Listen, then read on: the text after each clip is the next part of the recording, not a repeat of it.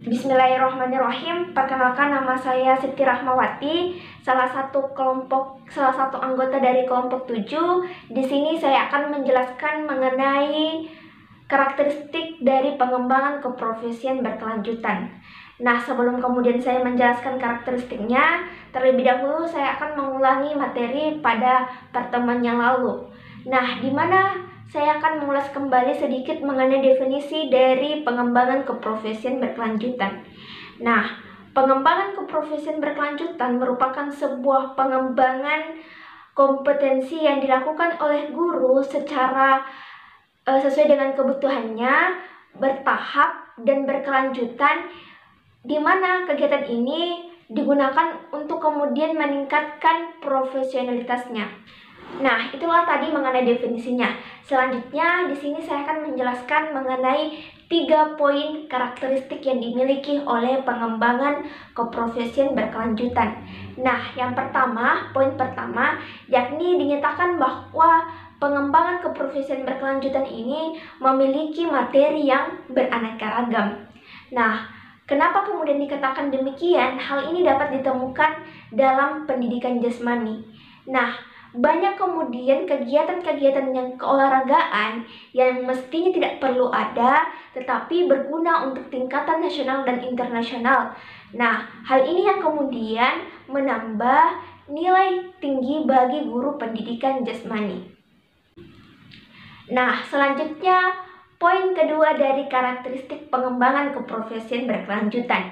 Dinyatakan bahwa pengembangan belajar secara aktif bagi guru agar mampu meningkatkan kemampuan yang dimiliki. Nah, apa yang kemudian dimaksud dengan karakteristik poin kedua ini? Bahwasanya guru tidak hanya kemudian mendapat pengetahuan dari buku saja. Nah, hal itu kemudian dapat kita ketahui bahwa pengetahuan tidak hanya sekedar bersumber dari buku. Nah, disinilah kemudian guru harus kemudian melakukan sebuah pembelajaran aktif, di mana melakukan sebuah kegiatan-kegiatan yang tidak hanya sekedar membaca buku, namun dapat dilakukan seperti melakukan kegiatan-kegiatan pengamatan.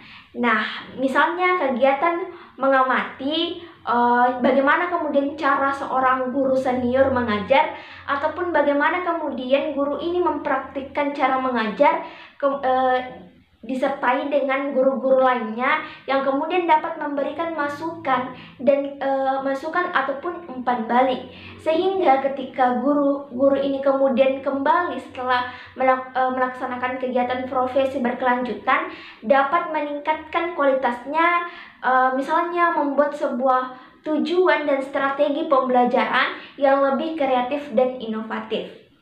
Selanjutnya adalah poin ketiga dari karakteristik pengembangan keprofesian berkelanjutan. Dinyatakan bahwa karakteristik ketiga yakni penerapan rencana pembelajaran sebelum melakukan kegiatan mengajar. Nah, kenapa kemudian rencana sangat perlu sebelum dilakukan kegiatan pembelajaran agar hal ini dapat menjadikan pembelajaran itu secara sistematis sesuai dengan rencana pembelajaran yang telah dirancang. Nah, di dalam pembelajaran kita sering menemui kemudian siswa yang merasa bosan.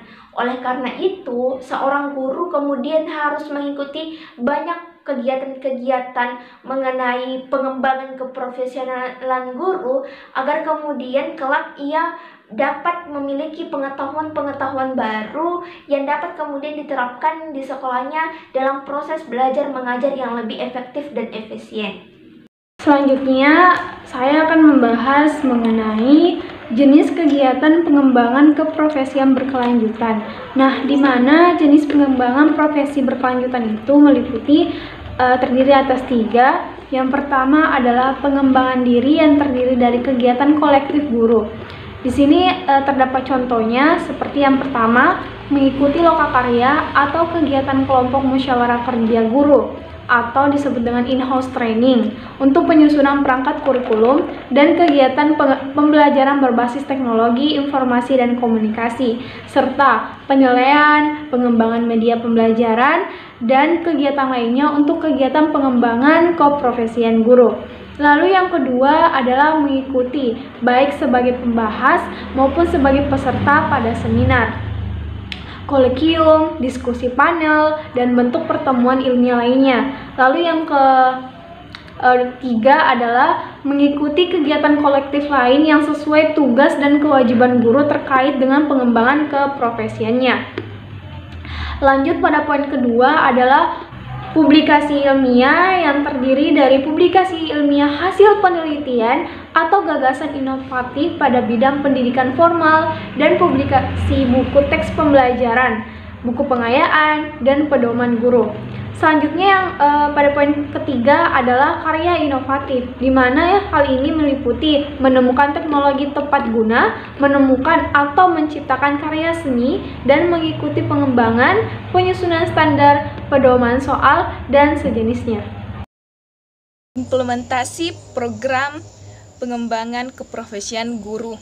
Nah, keberhasilan atau keefektifan dari program pengembangan keprofesian guru dapat dilihat dari refleksi kegiatan PKB ini mulai dari awal tahun pembelajaran sampai dengan akhir tahun pembelajaran.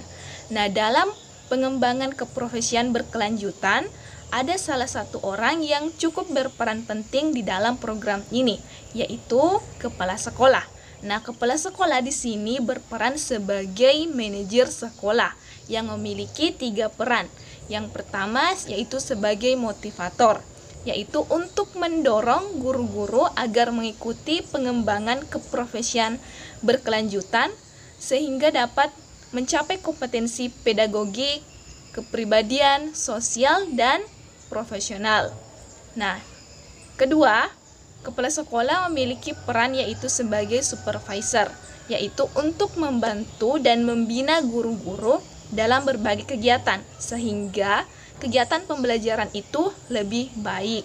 Yang ketiga yaitu peran kepala sekolah sebagai evaluator, yaitu untuk menilai dan juga mengawasi program pengembangan keprofesian berkelanjutan sehingga dapat mencapai tujuan yang diinginkan, yaitu untuk meningkatkan profesional guru.